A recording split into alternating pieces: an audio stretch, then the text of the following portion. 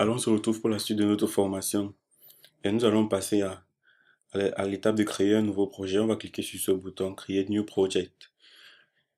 On a là une liste de langages supportés par IntelliJ IDEA qui s'affiche. Ici, nous avons Java, JavaFX, ainsi de suite. Nous allons sélectionner Kotlin. Si vous avez autre chose à sélectionner ici, sélectionnez Kotlin, puis Kotlin JVM. On a également d'autres options. Ce qui nous intéresse, c'est Kotlin JVM. On va faire une recherche sur la JVM. On a ce qui s'affiche là, Java Virtual Machine, un appareil informatique qui exécute des fichiers, machine virtuelle Java, ainsi de suite. Vous pouvez lire plus. Donc, machine virtuelle Java.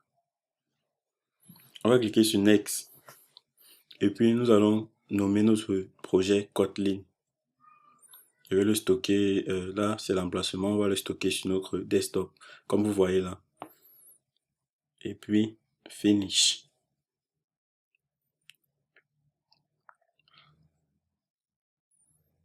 Voilà l'interface qui nous est présentée. Ce qui nous intéresse ici, c'est le dossier Kotlin. Kotlin qui est notre projet. Là, vous sélectionnez les différents types d'affichage. Donc, on va afficher ça comme un projet. Et le dossier Kotlin qui va contenir tout notre projet. À l'intérieur de notre projet, c'est le dossier SSI qui va nous intéresser, à l'intérieur duquel nous allons stocker nos packages et nos fichiers. Bon, on va faire créer un nouveau package, new package, sélectionner, et puis on va nommer ça, par exemple, variable, puisque c'est pas les variables qu'on va commencer.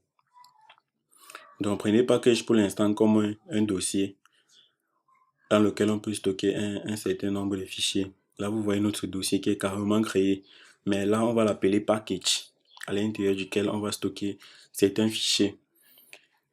Présentement, nous allons faire un clic droit également là, New Kotlin File Class.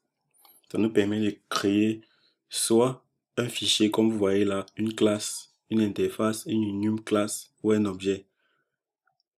Là. Donc, nous allons nous intéresser à créer un fichier. Et puis, le nom du fichier sera 1. On va l'appeler 1. Hello World. Hello World. Et puis, taper sur OK.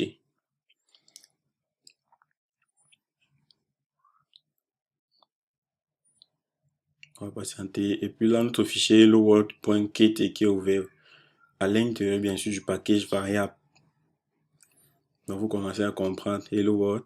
Je vais faire ici ce qu'on appelle un commentaire. On fait /extension.kt pour expliquer ici que l'extension de nos fichiers c'est .kt. Je vais vous présenter une fonction. On va écrire une fonction fun main qui prend en paramètre, on va ouvrir des parenthèses, on va dire axe 2 points, array, un tableau, et le tableau prend quoi? On va passer au tableau un string. Après, ouvrir et fermer des accolades, bam! Voilà, cette fonction, ne vous intéressez pas beaucoup à elle pour le moment, vous l'aurez à la comprendre plus tard. À l'intérieur de notre fonction, on va écrire une autre fonction qui est la fonction print. On va lui passer un paramètre du texte. Par exemple, on va lui dire hello world. Voilà. Hello world. Oui. Hello world.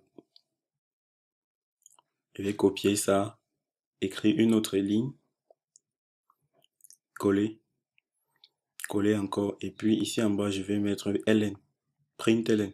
C'est pour afficher une différence entre ces deux fonctions. Donc, print et print ln, deux fonctions qui nous permettent d'afficher du texte. À présent, vous voyez une flèche verte là, c'est le point de départ de notre programme. Et run variable nous permet d'exécuter notre fichier. Le fichier de notre package variable, on va patienter. On a un dossier là qui est créé, qui contient tous les fichiers de compilation. En bas dans la console, on a le hello world qui s'affiche 3 fois. Donc nous allons copier ce print hello world et le coller là. Je vais vous montrer une différence. On va lancer à nouveau. Et on devrait avoir un autre hello world qui s'affiche en bas. Donc le print ln ici a servi à afficher un texte à la ligne. Patientons ensemble. Et puis vous avez le nouveau hello world là qui s'affiche en bas à cause du ln line. Donc c'est une façon de dire print line qui affiche à la ligne. Bon, là nous avons fait une remarque.